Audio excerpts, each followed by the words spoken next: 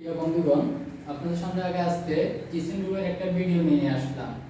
অনেকে বলেন যে কিচেন রুমের কাজ কি আসে বিষয়, তো তাদের উদ্দেশ্যে বলবো এই যে ডাবল সিঙ্ক আমরা এখানে সেট আপ করলাম।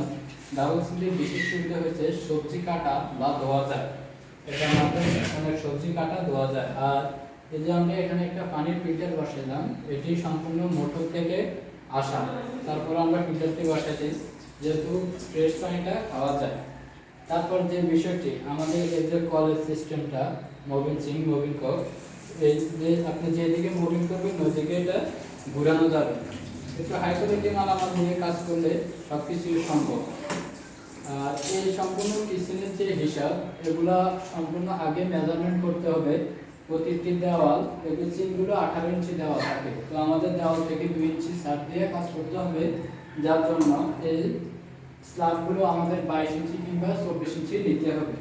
এটার পর যে বিষয় যে নিচে যে আমাদের সেটিংসটা, সেটার জন্য আলাদা আপনারা চাইলে সৌন্দর্যের জন্য আলাদা 1.5 ইঞ্চি পাইপ সেট করতে পারেন, তাহলে ভিতরে হেভিজিবি দেখা যাবে না, ক্লিয়ার থাকবে।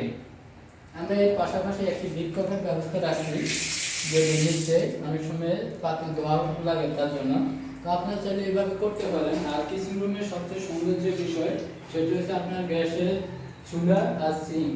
আমরা চুলার সাইডটা জানালা পাশ দিয়ে রাখছি যেহেতু সহজ হয়, আর সিঙ্কটা আমরা আলাদা করছি। আর সবকিছু আপনার হিসাব করে যে কাজের উপরে সিস্টেমের উপরে, তো ভাবি চিন্তা আপনারা কিচেন রুমের কাজ করবেন আর সুন্দর হবে। ধন্যবাদ।